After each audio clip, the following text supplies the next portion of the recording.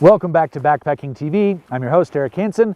Today we're going to be talking about the 5 golden rules of winter backpacking.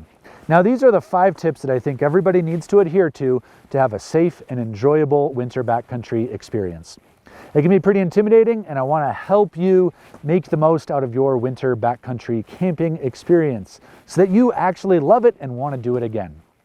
Before we get into the video, 2 things. Please like this video and subscribe to our channel so that you are constantly being aware of all of the great content, educational, funny, inspirational things that we're trying to bring your way.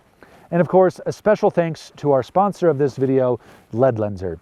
LED Lenser makes amazing lighting for headlamps, lanterns, flashlights, everything that you're going to need for your backcountry illumination needs. Check them out at ledlenser.com. And yeah, so thanks to them, and let's get right into the video.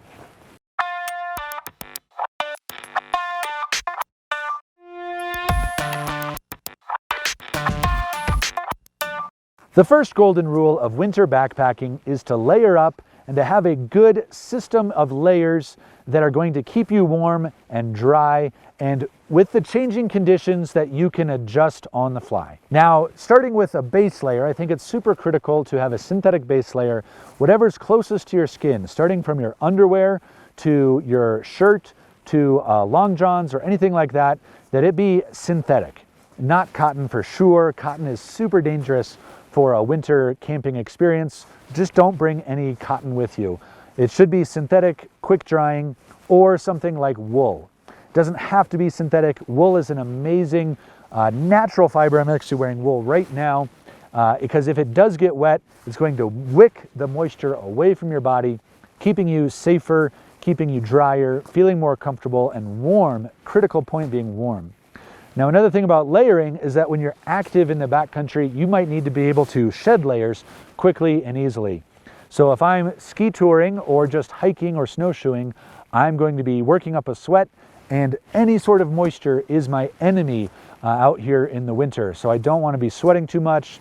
I obviously don't want to be exposing myself to snow or rain if it's borderline temperatures, and obviously don't want to be falling in any creeks or anything like that. So staying dry is super important, and it all starts with a good layering system. So the sequence I like to do with my layering system is synthetic base layer, starting with my underwear, followed by a synthetic or wool mid layer. So I'm wearing a nice wool fleece, basically fleecy pullover as my middle layer. Then the next critical piece of gear is a good puffy jacket. This can be either synthetic fill or down. I definitely prefer down with a water resistant coating like this jacket has. And then the last piece of gear is my hard shell. So this would be, I'm not wearing it right now, but a hard jacket that if it does rain or if I've got heavy wind is going to be really protective. And I've got my hard shell rain pants on or snow pants on right now as we speak. So having yourself a good layering system is the first golden rule of backpacking, and it also leads directly into golden rule number 2, and that is to stay dry. You have to be trying your best to stay dry in an environment like this, because if you get wet, it can get dangerous or very uncomfortable very quickly. So one of the things that I'm looking for is not sweating too much because I am just a ball of water, and I don't want to be putting all of that moisture into my clothing system by sweat. So a good layering system is going to make sure that I don't do that. But then I have all of this water in this natural environment that I want to keep outside of me, outside of my tent. I want to really go to extreme measures to make sure that my tent stays dry, my sleeping bag stays dry. My sleeping bag is my last line of defense in terms of a safety and comfort scenario, where if I have a dry sleeping bag, I know that I'm going to be able to survive the night and also be able to get good sleep, all of those things. And it all starts with staying dry. So if you stay dry, you're going to be 100% more likely to have a nice, warm, comfortable experience backpacking. Golden rule number 3 is something that a lot of people don't think about very much, but it's to eat a lot of food. When you are in an environment like this, your body is churning through calories like it's an oven, and you need to keep that fuel going into your body so that it has calories to burn, so that you stay warm, you have energy, you're not getting angry or hangry or cold, actually like literally fueling your body with all of those, with bars or fatty things like almonds, cheeses, bacon even. Do go to great lengths, go crazy. I see it frequently that people just kind of forget about it, and then they go and then they bonk and they get cold and they get uncomfortable. All of a sudden they don't know why, and it's because they haven't eaten anything for like 2 or 3 hours. So make sure that you're eating well, eating often, eating high fat, high protein types of foods that is going to give your body good fuel sources to keep you warm throughout the night, throughout the day, to keep you happy all night long.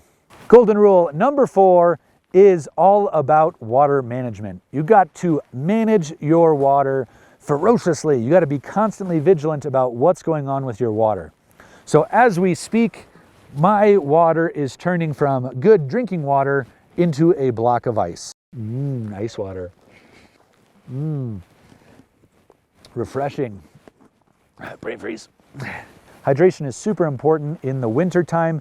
It's easy to forget about it. It's easy to think you're not sweating very much, so it's easy to not think about your drinking water. But staying hydrated is very important, and that means I'm going to need to be turning my snow into drinking water, and then also making sure that my drinking water doesn't just turn right back into ice.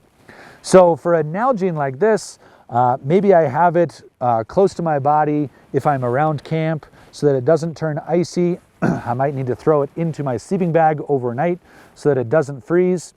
But also there's some other cool ways to help yourself manage this. This snow is actually an insulator. So I can bury my Nalgene and actually it's going to be creating its own little warmth cocoon. Just like a puffy jacket is an insulating layer, snow, which captures air, can be an insulator too. So if I'm concerned about having some of my water freeze up, I'm going to bury my Nalgene, hopefully somewhere where I can find it, but that will help keep it from freezing even in really cold temperatures. So a couple other quick little nuanced details about snow and water management that's really important, I think. Don't just eat the snow. It can be tempting to do that, but it's a super inefficient way to turn that snow into water by using your body to heat it up. It's probably make you feel sick to your stomach if you do it too much. So make sure that you've got a good stove that's converting that for you. If you do bring say a Camelback with you for daily drinking, what I like to do is to blow the water back into the reservoir so that it's not in that tube freezing up. And then I'll just have to suck it through the tube and then drink what I want and then blow it back into the reservoir so that that tube doesn't freeze and make all of that water really hard to access. Another thing to note is that water filters generally do not work below freezing. And that's because if there's ice in the fibers of your filter, it's actually going to break your filter as you push those ice crystals through it. If you don't want to break your water filter, don't try to use it when it's sub-freezing. It won't work, it'll wreck it, and you'll be out of some money. Conditions are changing. I'm gonna have to dive into my tent here pretty soon to stay safe, because golden rule number 5 is that if you do the right things, you can get good sleep in the backcountry. I have a whole video that you can watch on tips for getting amazing sleep in the winter, and I'll link that here. Check it out, it's a great video. But some quick things for you is that, yes, you can get good sleep. It's going to look like fueling up before you go to sleep so that you have fuel to run on, eating food before you go to bed, continue to drink water, go pee in the middle of the night if you feel like it, because you will be miserable if you don't, and your body will relax, you'll feel more calm, you'll feel warmer if you go pee. And of course, the quality of your tent, having a 4-season winter tent is very important, not only for temperature, but for snow loads and things like that. Very important. And then having a good winter sleeping bag that has a 0, maybe a negative 20-degree rating, and pairing that with a good mattress with some R value that has insulating capabilities to keep you insulated off the snow. Oh, winter sleeping bags. Always lament when they're packed up, but they keep you warm. That is a really important part of sleeping in the backcountry, is not at any point in the night having your feet roll off your sleeping mattress so that your feet are touching the snow. Your toes will turn into ice crystals really quick. It'll be really hard to warm up, and it'll be really hard to sleep. A couple of the things with sleep is if you go to bed warm, you have a much higher likelihood of staying warm throughout the night. Your sleeping bag does not create warmth. It only manages the warmth you are creating. So go to bed warm. If you wake up super cold, do some planks, do some push-ups, do some things to get your body moving so that you are warmed up in your sleeping bag, and then that can trap it really well. And then understanding your sleeping bag's nuance, so things like a draft collar, making sure that your sleeping bag is tight around your head and face and not escaping all of that warm air that your body is working hard to trap. That's going to go a long way to making sure that you sleep well in the backcountry. Okay, there you have it, my friends. That is the 5 golden rules of winter backpacking. If you think that I missed something, or there's a topic that you think that you are passionate about, that you want to enlighten me, please leave it in the comments below. I'd love to hear from you. So thanks so much for watching. If you liked it, again, please like and subscribe to the channel here. And thanks so much for watching. I'm Eric Hansen.